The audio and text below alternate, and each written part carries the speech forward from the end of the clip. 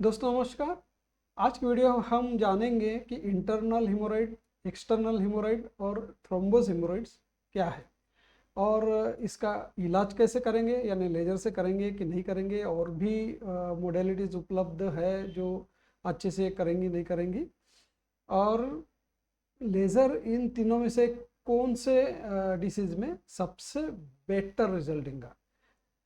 तो चलो शुरू करते हैं। मैं डॉक्टर पीताम्बर मसराम, कोलोप्रोक्टोलॉजिस्ट, नागपुर, आपके लिए वीडियो लेके आया हूँ। अगर वीडियो पसंद आए तो लाइक कीजिएगा और सब्सक्राइब नहीं किया तो वो भी सब्सक्राइब कर सकते हैं। Thank you very much. चलो शुरू करते हैं आज के वीडियो में।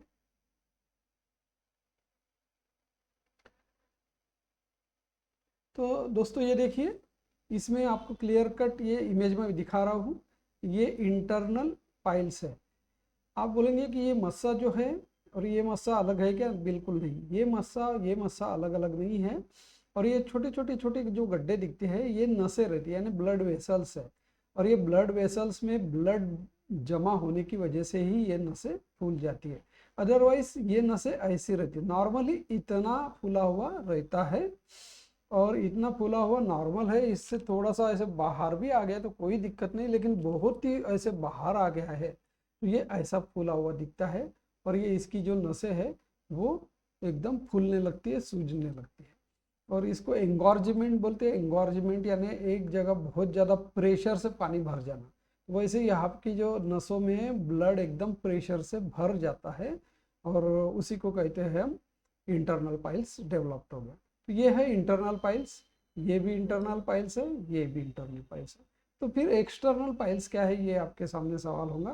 तो ये एक्सटर्नल पाइल्स ये है। देखिए इसका एकदम डिफरेंस है। यहाँ के वेन्स और यहाँ के वेन्स में उतना कम्युनिकेशन नहीं है। एक्चुअली ये फिगर में तो कम्युनिकेशन नहीं है, लेकिन हल्का सा यहाँ पे कम्युनिकेशन रहता है। यहाँ से यहाँ तक थोड़ा सा ये म्यूकोसा है। ये वाइट वाला जो है म्यूकोसा है। ये जो रेडिश है उसकी ये वाइट बॉर्डर जो दिखा रहा है ये म्यूकोसा है। इसके थ्रू थोड़ा सा कम्युनिकेशन रहता है, लेकिन एज सच इतना ईटियोलॉजी सेम नहीं है। तो ये है एक्सटर्नल हीमोराइड। ये जो नॉर्मल दिखा रहा है ये नसें, यही जब फूलती है तो ये एक्सटर्नल हीमोराइड होता है। तो ये आप दोनों इन दोनों में आपको फर्क समझ गया होगा कि एक्सटर्नल और इंटरनल हीमोराइड कैसे है, वो नॉर्मली कैसे दिखते हैं और जब डिसीज होता है तो कैसे दिखता है। तो इसमें से जो थ्रोम्बोस हीमोराइड है वो क्या चीज़ है ये मैं आपको बताता हूँ। दोस्तों थ्रोम्बोस हेमोराइड कुछ भी अलग नहीं है। ये जो एक्सटर्नल हेमोराइड है, यही जब क्लॉट हो जाते हैं, ये जब क्लॉट बन जाता है, किसी भी वजह से क्लॉट बन जाता है, एकदम सडन प्रेशर लगाने की वजह से, या एक दिन बहुत ज़्यादा हार्ड मोशन होने से, या बहुत ज़्यादा लूज मोशन 10-12 बार जा रहे, कोई भी टाइप का अगर प्रेशर लैट्रिन की जगह पे आता है और उस प्रेशर की वजह से यहाँ का ब्लड एकदम सडन बाहर निकल जाता है तो वो क्लॉट हो जाता है सडनली। अगर सडन बाहर निकलता है तो सडनली क्लॉट भी हो जाता है। तो ऐसे जो क्लॉट ब्लड होता है वो थ्रोम्बोस यानी एकदम हार्ड फील होता है। आपको लैट्रिन की जगह पे अचानक कुछ ऐसा हार्ड महसूस होने लगेगा, छोटा सा लंप यानी छोटी सी गठान, तो उसी को हम एक्सटर्नल हेमोराइड कहते हैं। तो जनरली यहाँ पे थ्रोम्बोस होता नहीं है, यहाँ के भी पाइल्स थ्रोम्बोस होते हैं, लेकिन वो ग्रेड 4 वगैरह जब आता है तब होता है। ग्रेड 3 ग्रेड 4 में थ्रोम्बोस होता है। अदरवाइज यहाँ के ही ज़्यादातर चीज़ें थ्रोम्बोस होती है। तो ये इंटरनल हेमोराइड हो गया, ये एक्सटर्नल हेमोराइड हो गया, और ये इसका जब क्लॉट हो जाता है तो वो हो गया है थ्रोम्बस हेमोराइड। यानी इन तीनों में हम लेज़र का ट्रीटमेंट कर सकते हैं, लेकिन जैसे ग्रेड 3 ग्रेड 4 है तो लेज़र उतना यूज़फुल नहीं रहता, क्योंकि जब हम लेज़र यहाँ से डालेंगे, इस जगह से लेज़र डालेंगे, लेज़र से एक छोटा सा लाइट डालेंगे और ये पूरे नसों को लाइट देके उसको बंद कर देंगे, नसों को सुखा देंगे। लेकिन ये सुखाने से ये साइज जो है ऐसे बाहर जो निकला हुआ है वो कितना अंदर दबेगा इसकी गारंटी नहीं है। खैर ये तो सेकंड ग्रेड दिखा रहा है। जब थर्ड ग्रेड यानी यहाँ तक ये मस्सा आ जाता है, ऐसे बड़ा होकर यहाँ तक आ जाता है, तो ये मस्सा इतना ज़्यादा लेज़र के लाइट से श्रिंक होना बहुत मुश्किल हो जाता है। लेकिन होता ज़रूर है, 1 महीना आधा घर इंतज़ार कर लिया जाए तो।